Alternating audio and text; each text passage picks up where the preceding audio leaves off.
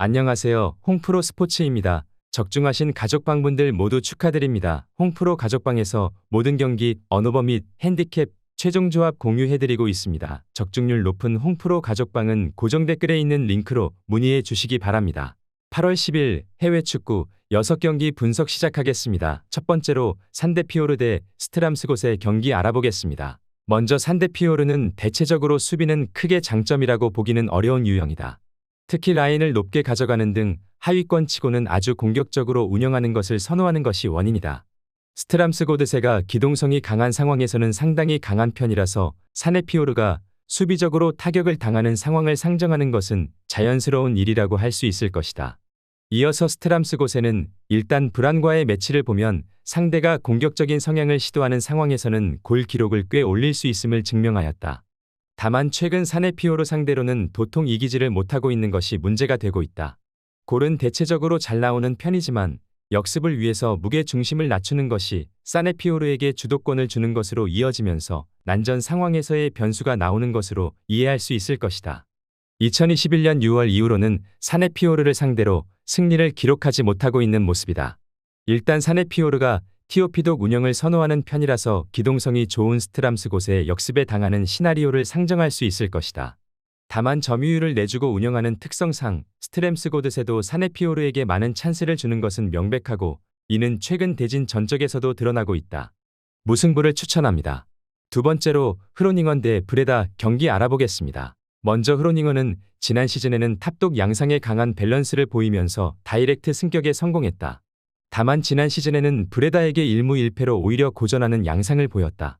특히 브레다가 강하게 압박하는 것으로 흐로닝언의 플랜인 지공 전개를 최대한 방해하고 오히려 강한 역습으로 흐로닝언의 수비에 타격을 입히기도 했다. 2부에서도 가장 적인 실점을 기록하기는 했지만 후방 빌드업의 약점을 드러낸 셈이기도 하다. 이어서 브레다는 전방 압박 능력은 사실상 리그 최고 수준이었다고 해도 과언은 아닐 것이다. 실제로 브레다가 파이널 서드에서 공을 탈취하고 가는 횟수는 리그에서 4번째로 많았다.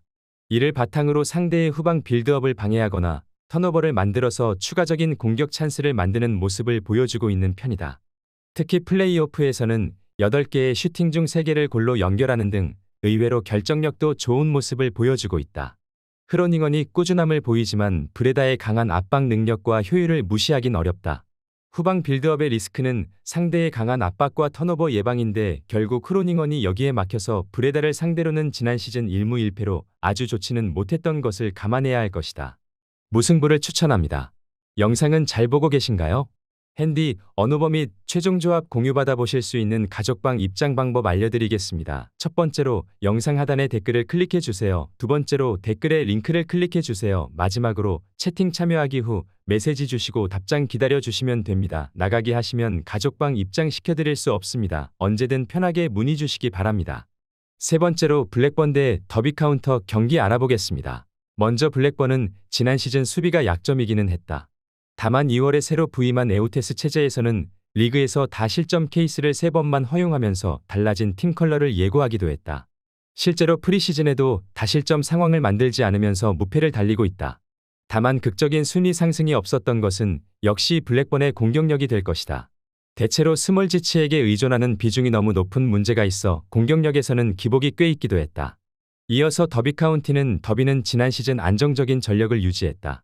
골득실에서는 더비가 가장 많은 점수를 획득할 정도로 고수에서 안정적인 전력을 보여줬다.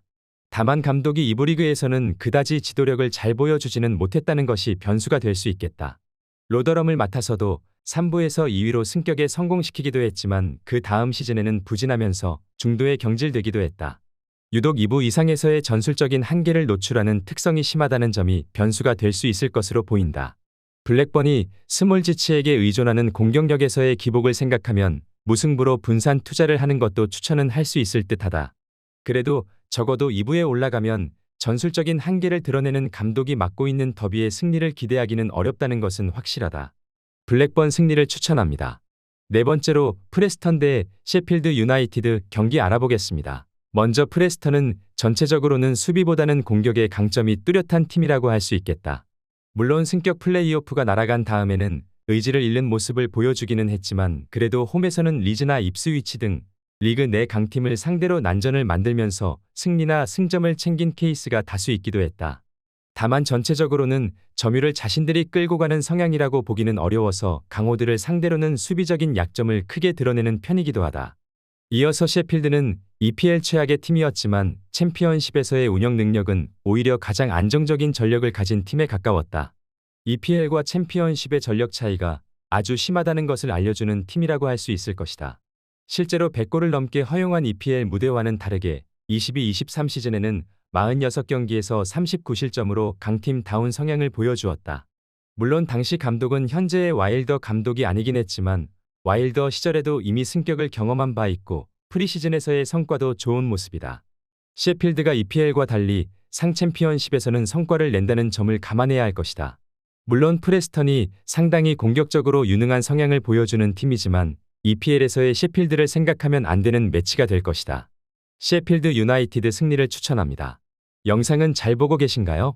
핸디, 언어버 및 최종 조합 공유받아 보실 수 있는 가족방 입장 방법 알려드리겠습니다. 첫 번째로 영상 하단에 댓글을 클릭해 주세요. 두 번째로 댓글에 링크를 클릭해 주세요. 마지막으로 채팅 참여하기 후 메시지 주시고 답장 기다려 주시면 됩니다. 나가기 하시면 가족방 입장시켜 드릴 수 없습니다. 언제든 편하게 문의 주시기 바랍니다. 다섯 번째로 콜럼버스 크루 대 캔자스시티 경기 알아보겠습니다. 먼저 콜럼버스는 리그스컵에서도 가장 강력한 우승 후보로 꼽히는 전력이다. 사실 강호들을 상대로 지거나 식중독으로 인해서 컨디션이 엉망이었던 케이스를 제외하면 잘 지지 않는 편이다. 특히 홈과 원정에서 모두 자신들이 점유를 가져가면서 상대를 몰아붙이는 특유의 공격성이 상당히 긍정적인 효과를 낸다고 할 수 있을 것 같다. 현재 4개월 동안 전체 대회에서 4패만 당했다는 기록도 있는 팀이다. 이어서 캔자스는 전체적으로 콜럼버스 상대로는 강했지만 최근에는 점점 콜럼버스에게 밀리고 있다. 특히 점유를 가져가지 못하면 그대로 무너지는 성향을 지닌 편이라서 지난 경기에서도 콜럼버스에게 7할의 점유를 내주고 대패를 기록했다. 특히 지공 성향의 팀이라 콜럼버스가 에너지 레벨을 올려서 플레이를 하는 순간에는 턴오버 문제가 나타나기도 한다. 콜럼버스가 홈과 원정 모두 공격권을 가지고 돌격하는 꾸준함을 보여주는 편인데 이를 바탕으로 캔자스를 상대로도 전적에서 우세한 흐름을 자주 가져가고 있다. 특히 지공 성향의 캔자스 시티는 상대에게 점유를 내주는 상황에서는 경기가 잘 풀리지 않는 편이기도 하다. 콜럼버스 크루 승리를 추천합니다. 여섯 번째로 필라델피아 대 몽레알 경기 알아보겠습니다. 먼저 필라델피아는 저평가를 받고 있는 이유는 득점력이다. 특히 이 때문에 리그에서도 무승부가 상당히 많은 편이었고 사실 리그스컵에서도 다득점 상황을 잘 만들고 있는 상태는 아니다.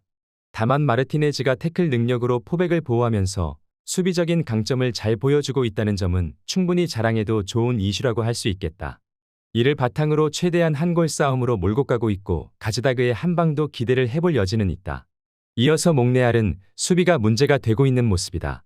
사실 전임 감독 시절에는 상당히 낮은 블록과 점유를 가진 역습팀이었지만 쿠르트와 감독 체제에서는 꽤 공격적인 성향을 보이고 있다. 문제는 자유도를 꽤 높게 주는 특성상 수비 상황에서의 견고함이 아주 강점인 팀은 아니라는 것인데 리그스컵에서도 올랜도에게 대패하거나 지난 매치에서도 겨우 승리를 거두는 등 고전하는 모습을 보였다. 수비적인 역량에서 필라델피아가 우위라고 보는 것이 합당할 것으로 보인다. 몽레알이 공격적으로 가는 상황의 변화를 추구하고 있지만 낮은 블록과 카운터에 익숙한 팀 성향상 컬러를 완전히 입히는 데는 고전하고 있는 흐름으로 볼 여지도 있을 것으로 보인다. 필라델피아 승리를 추천합니다.